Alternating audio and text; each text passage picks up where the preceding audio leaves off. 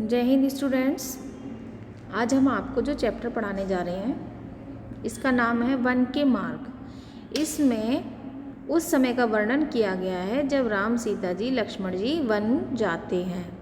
तो उन्हें वन में जाते समय सीता जी को क्या क्या परेशानी होती है और राम और सीता जी किस तरीके से एक दूसरे को देखकर दुखी होते हैं, इस बात का वर्णन किया गया है।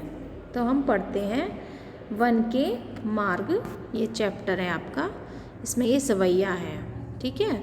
तो इसमें आप एक एक वर्ड को आपको ध्यान से पढ़ना है, ठीक। पुरते निकसी रघुवीर बधु धर धीर दई मग में डग द्वय। इसका मतलब होता है कि पुर माने क्या है, नगर। पुर से निकलते ही रघुवीर माने रघुवीर कहा गया है राम जी को, और वधु माने उनकी पत्नी, है ना। तो रघुवीर वधु जब नगर से निकलती हैं, धर धीर दये मग में डग द्वय, तो क्या हो रहा है, धीरे धीरे धीरज रखते हुए वो अपने कदम बढ़ा रही हैं रास्ते में। झलकी भरी भाल कनी जल की। अब क्या हो रहा है कि उनके माथे पर पसीना आ गया है और पुट सूख गए मधुराधर वह, उनके होंठ जो हैं वो बहुत ही ज़्यादा सूख गए हैं प्यास के कारण। मधुराधर वह यानी कि उनके जो कोमल कोमल होंठ हैं वो सूख गए हैं। फिर बूझती हैं चलनो अब केतिक। फिर माने होता है बार बार, बार बार बूझती माने पूछती हैं। चलनो अब केतिक यानी कि चलना अब कितना है। पर्णकुटी करे हो किते हैं, यानी कि पर्णकुटी माने बताया गया है पत्तों की कुटिया। पहले आपको पता है कि जंगल में कुछ नहीं होता था, केवल पत्तों से पत्थरों से ही कुटिया बना ली जाती थी। तो वही बात पूछ रही हैं कि हमारी पत्तों की कुटिया कहाँ है, हम कहाँ बनाएंगे। तिये की लखी आतुरता पिए की अखियाँ अत चारु चली जल चुए।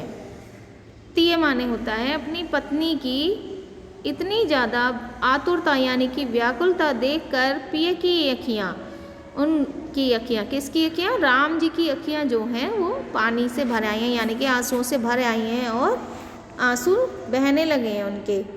जल को गए लखुन है लरिका परिखो पिए छाह घरीक हुए ठाड़े। उनकी जब व्याकुलता देखते हैं राम जी तो क्या कहते हैं, लक्ष्मण जी से पानी ले आओ। लक्ष्मण जी को पानी लेने के लिए भेज देते हैं। तो जब लक्ष्मण जी पानी लेने गए हैं तो सीता जी कह रही हैं कि जल को गए लखुन हैं, यानी कि लक्ष्मण जी जल के लिए गए हुए हैं। लरिका परिखो, हम उनकी प्रतीक्षा कर रहे हैं। पिय, पिय माने अपने प्रिय के लिए बोला जाता है।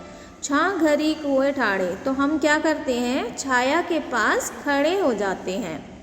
पोछी पसेऊ बयारी करो और पाँव पखारेऊ भूभुरी ठाड़े। अब सीता जी क्या कर रही हैं, राम जी का पसीना पोंछ रही हैं और क्या कर रही हैं, अपने मतलब कि पल्ले से उनके पैरों को की धूल को पोंछ रही हैं। किसकी, पोछी पसीऊ बयार करे यानी कि सीता जी राम जी के पसीने को पोंछ रही हैं और अपने मतलब वो उनके पैरों को धूल से दूर कर रही हैं, धूल हटा रही हैं। तुलसी रघुवीर प्रियाश्रम जान के बैठ विलम्ब लो कंटक काढ़े।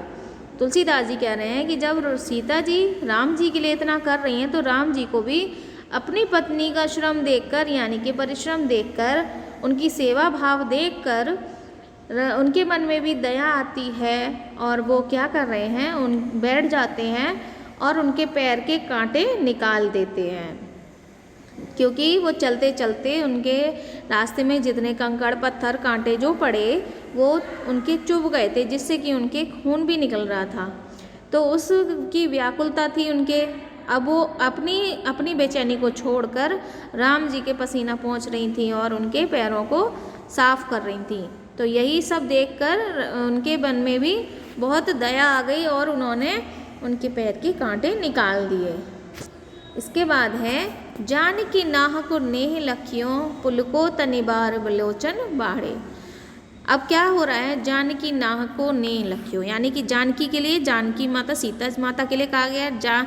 सीता का अपने पति के प्रति प्रेम देखकर पुलको तनिबार विलोचन, राम जी सीता जी का प्रेम देखकर और सीता जी राम जी का प्रेम देखकर एक दूसरे के लिए इतना सेवा भाव होता है उनके मन में कि फिर वो दोनों बैठकर मतलब कि एक दूसरे के काम भी कर रहे हैं और उनकी आंखों में आंसू फिर से आ गए हैं, जैसे कि दोनों के मन में दोनों ही आंसुओं की धारा बहाने लगते हैं एक दूसरे को देख देख कर, और उनकी आंखों के आंसू बहने लगते हैं। समझे, जब कोई परिस्थिति ऐसी पड़ जाती है तो हमेशा पति पत्नी को साथ देना चाहिए, ना कि अलग हो जाना चाहिए कि नहीं मैं तो ऐसा नहीं कर सकती या मैं तो ऐसा नहीं कर सकता, तुम जाना है तुम ही जाओ। यहाँ पर दोनों का ही प्रेम दिखाया गया है। तो I hope you understand this chapter. Now you read yourself.